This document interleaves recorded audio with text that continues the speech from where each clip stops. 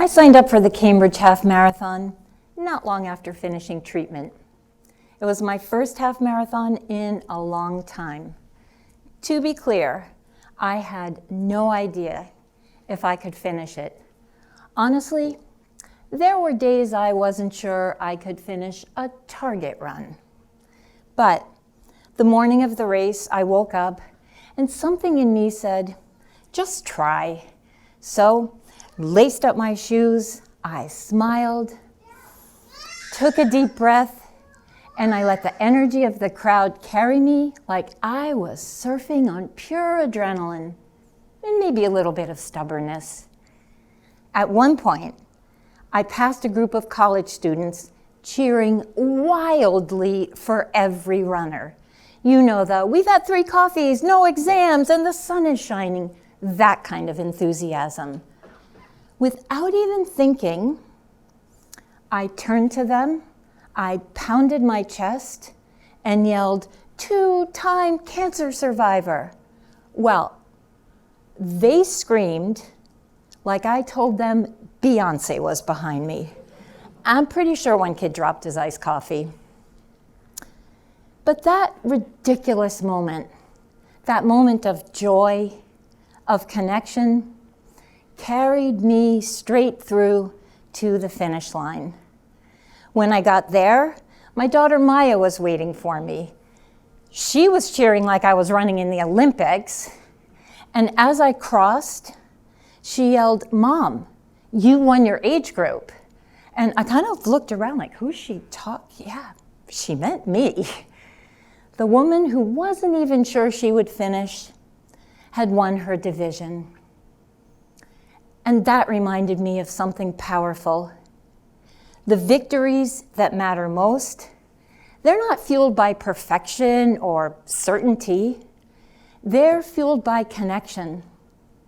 And that connection, it helps us borrow belief until we can believe in ourselves again. Let me ask you something. Have you ever wanted to support someone going through a tough time, someone you really care about, but you didn't know what to say or do, so you did nothing, and later you wished you had done something? Yeah.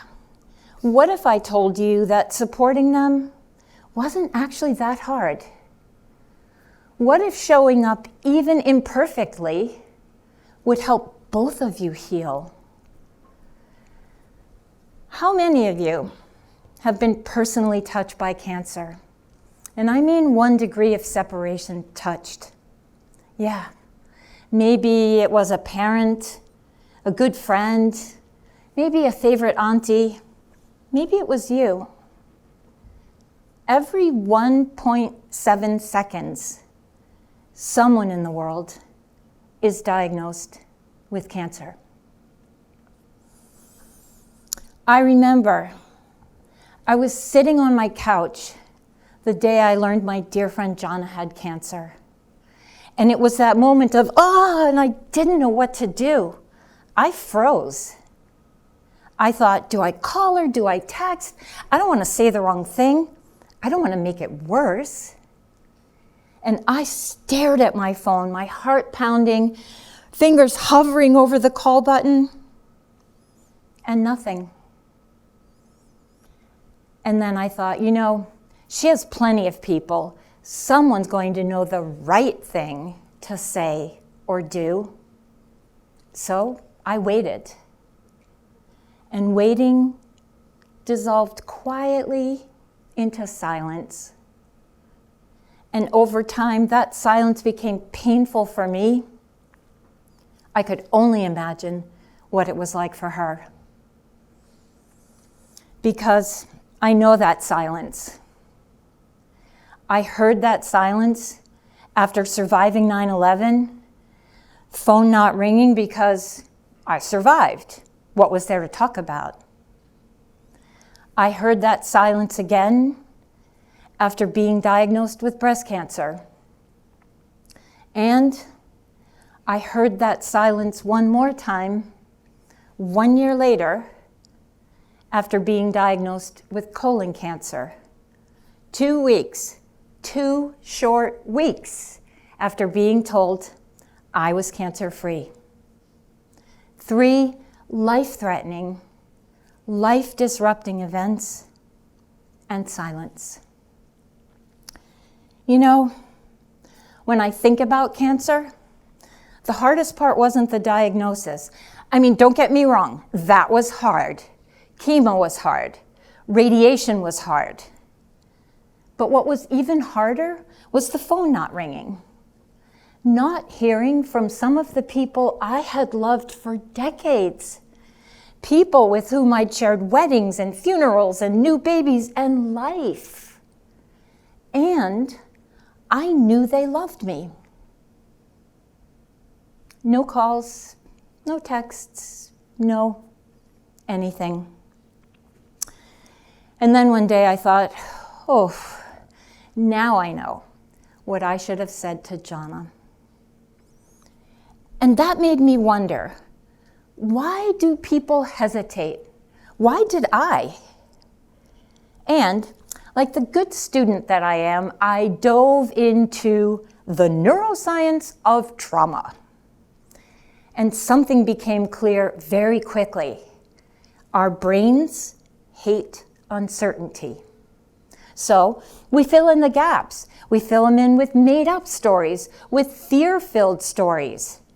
And they're powerful, and we believe them, and they keep us silent. Fear hijacks us. Fear of saying the wrong thing, fear of making it worse. Fear of our own discomfort. Of course we're afraid of trauma, and not just for ourselves. I'm afraid of your pain. I'm afraid of my pain. I'm afraid that even talking about cancer somehow invites it into our lives. But silence doesn't protect anyone. It isolates everyone. Real empathy doesn't come from perfect words. It comes from showing up, presence, not perfection.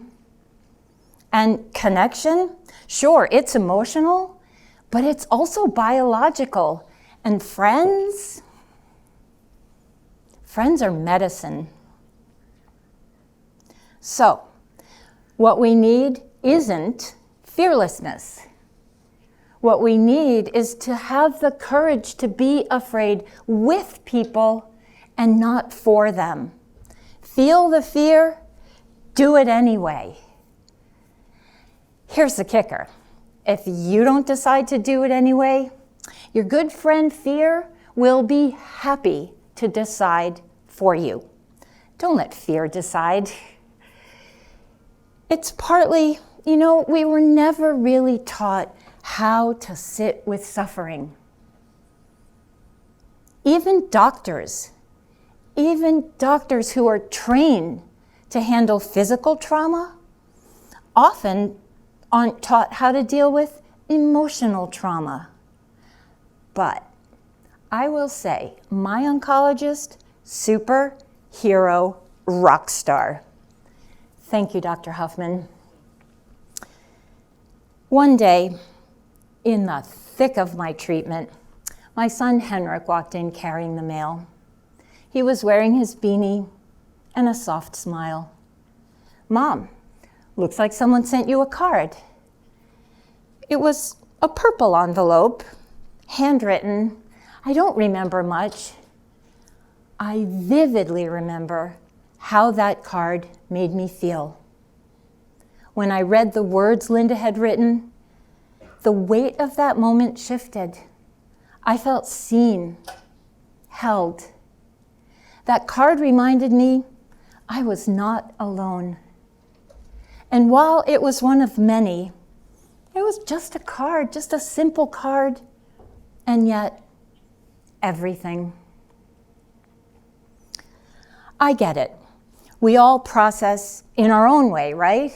And I am not trying to tear those down who didn't show up in the way I needed.